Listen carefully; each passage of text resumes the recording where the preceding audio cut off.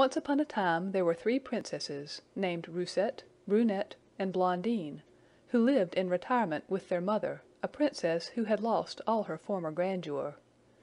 One day an old woman called and asked for a dinner, as this princess was an excellent cook.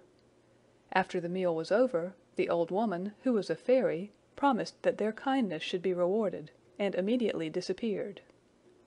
Shortly after, the king came that way with his brother and the Lord Admiral.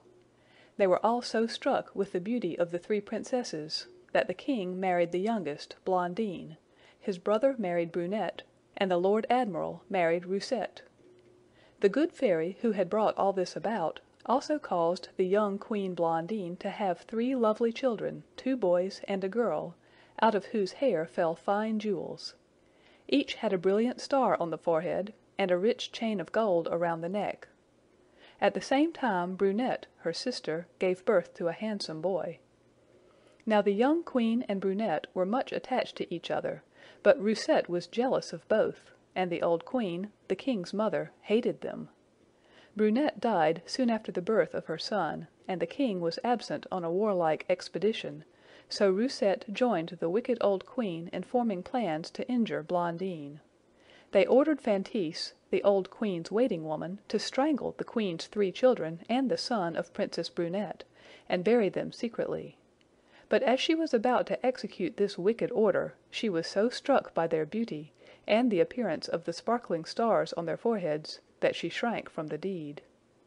So she had a boat brought round to the beach, and put the 4 babes, with some strings of jewels, into a cradle, which she placed in the boat, and then set it adrift. The boat was soon far out at sea. The waves rose, the rain poured in torrents, and the thunder roared. Feintise could not doubt that the boat would be swamped, and felt relieved by the thought that the poor little innocents would perish, for she would otherwise always be haunted by the fear that something would occur to betray the share she had had in their preservation. But the good fairy protected them, and after floating at sea for 7 days they were picked up by a corsair. He was so struck by their beauty that he altered his course, and took them home to his wife, who had no children. She was transported with joy when he placed them in her hands.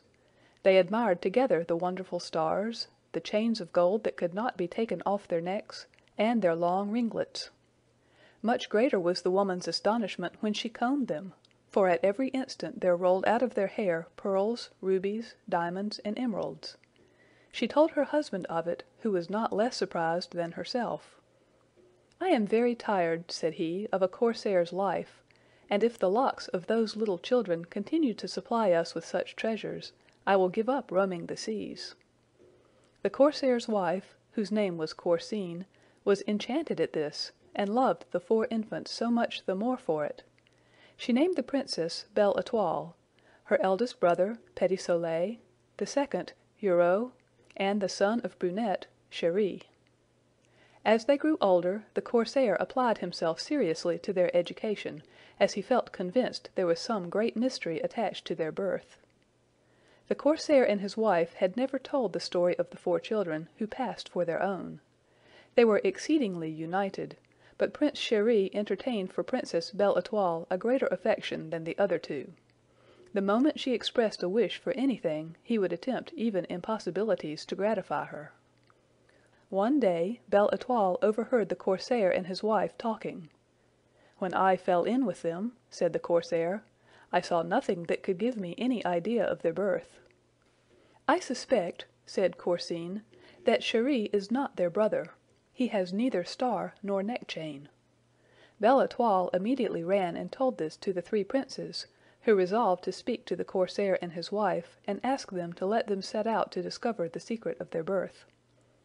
After some remonstrance they gained their consent. A beautiful vessel was prepared, and the young princess and the 3 princes set out. They determined to sail to the very spot where the corsair had found them, and made preparations for a grand sacrifice to the fairies for their protection and guidance.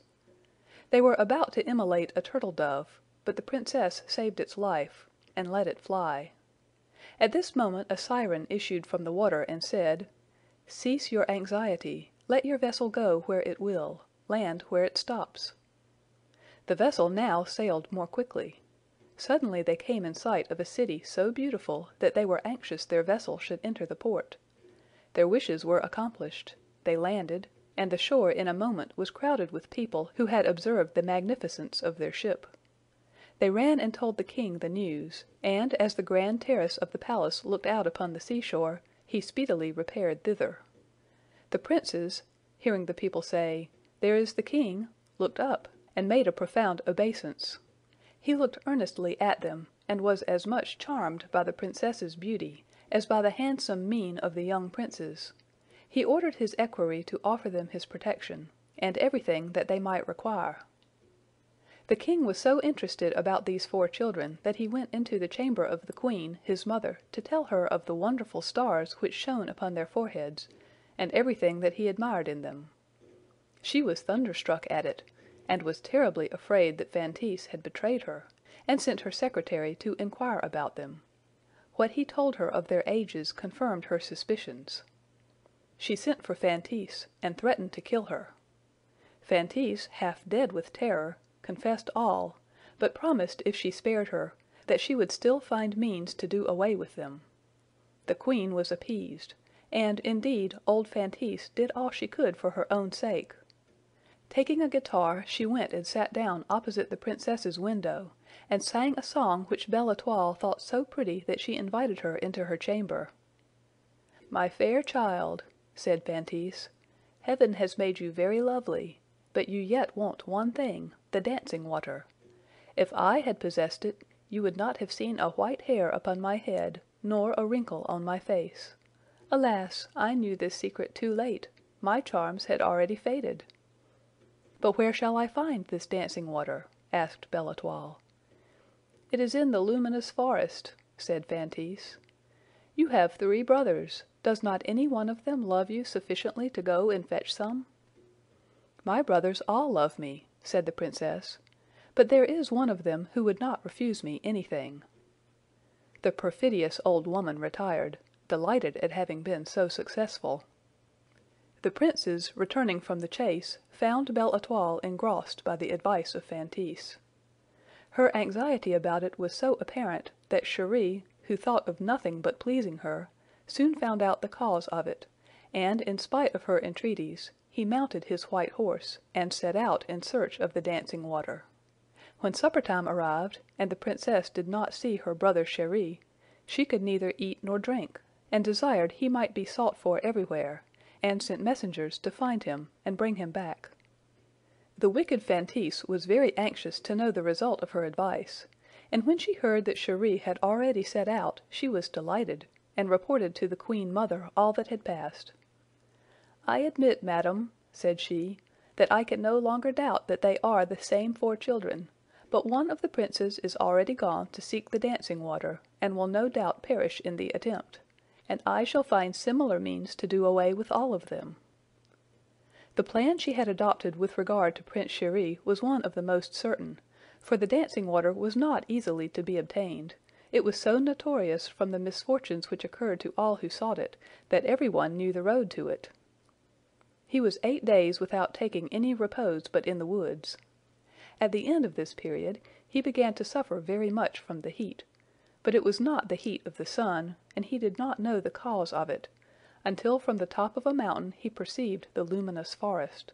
All the trees were burning without being consumed, and casting out flames to such a distance that the country around was a dry desert. At this terrible scene he descended, and more than once gave himself up for lost. As he approached this great fire he was ready to die with thirst, and perceiving a spring falling into a marble basin, he alighted from his horse, approached it, and stooped to take up some water in the little golden vase which he had brought with him, when he saw a turtle-dove drowning in the fountain. Cheri took pity on it, and saved it. "My lord Cheri," she said, "I am not ungrateful. I can guide you to the dancing water, which, without me, you could never obtain, as it rises in the middle of the forest, and can only be reached by going underground." The dove then flew away, and summoned a number of foxes, badgers, moles, snails, ants, and all sorts of creatures that burrow in the earth.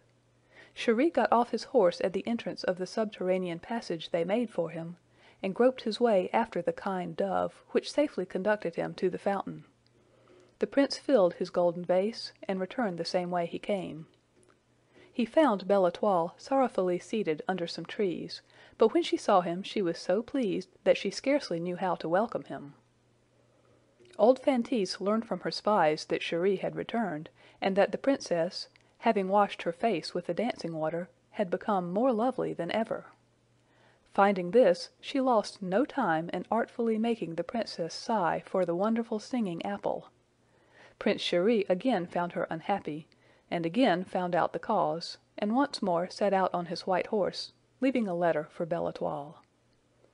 In the meantime the king did not forget the lovely children, and reproached them for never going to the palace. They excused themselves by saying that their brother's absence prevented them. Prince Chéri at break of day perceived a handsome young man, from whom he learned where the singing apple was to be found, but after traveling some time without seeing any sign of it, he saw a poor turtle-dove fall at his feet, almost dead.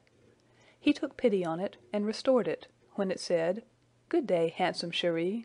You are destined to save my life, and I to do you signal service. You are come to seek for the singing apple. It is guarded by a terrible dragon." The dove then led him to a place where he found a suit of armor, all of glass, and by her advice he put it on, and boldly went to meet the dragon.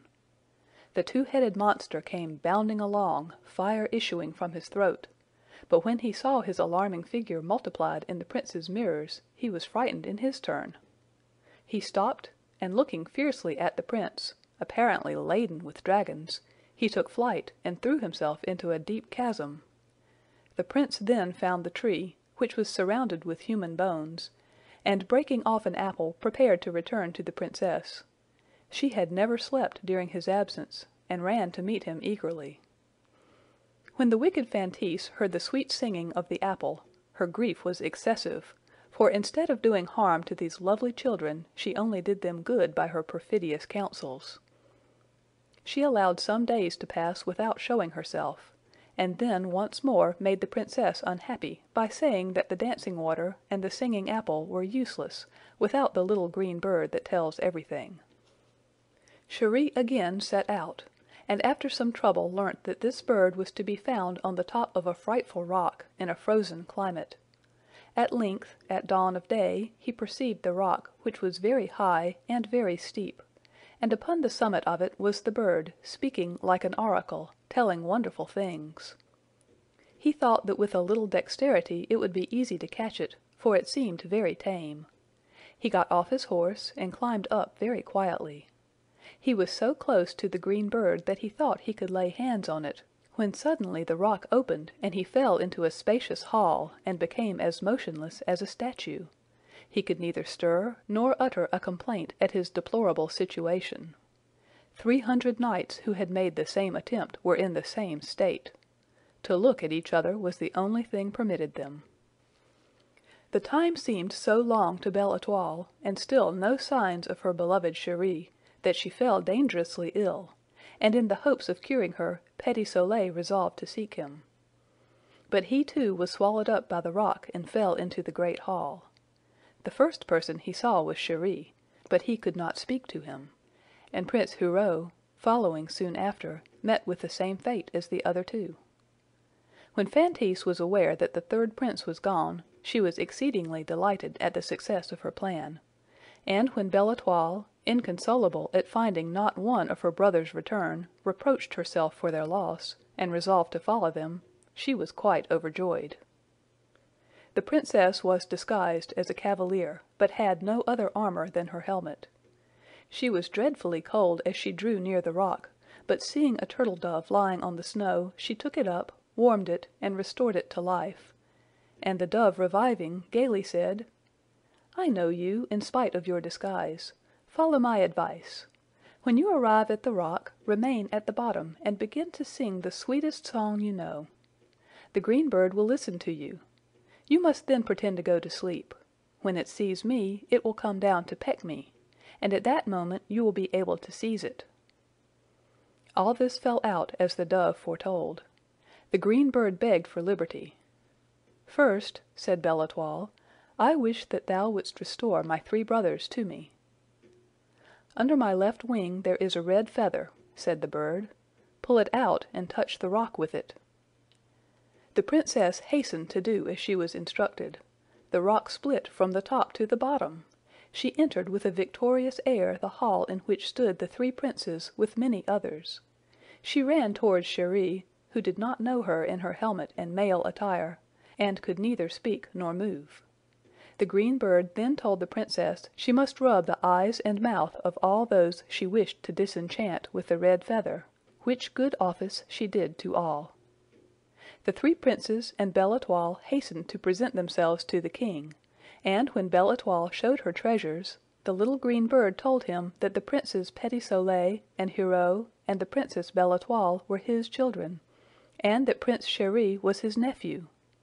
Queen Blondine, who had mourned for them all these years, embraced them, and the wicked Queen Mother and old Feintise were justly punished. And the king, who thought his nephew Cheri the handsomest man at court, consented to his marriage with Belle Etoile. And lastly, to make every one happy, the king sent for the corsair and his wife, who gladly came.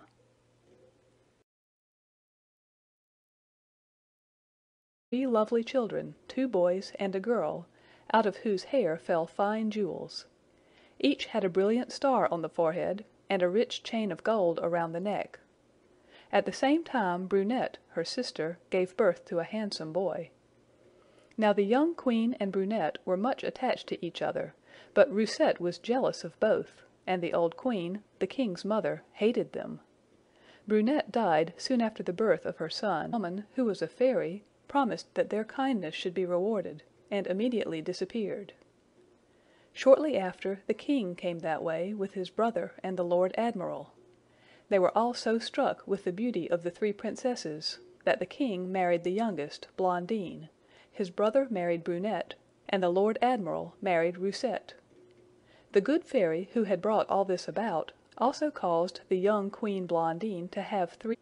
So she had a boat brought round to the beach, and put the 4 babes, with some strings of jewels, into a cradle, which she placed in the boat, and then set it adrift. The boat was soon far out at sea. The waves rose, the rain poured in torrents, and the thunder roared. Feintise could not doubt that the boat would be swamped, and felt relieved by the thought that the poor little innocents would perish, for she would otherwise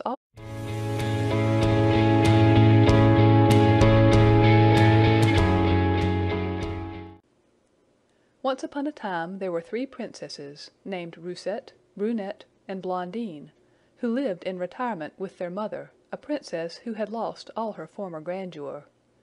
One day an old woman called and asked for a dinner, as this princess was an excellent cook. After the meal was over, the old woman and the king was absent on a warlike expedition, so Roussette joined the wicked old queen in forming plans to injure Blondine.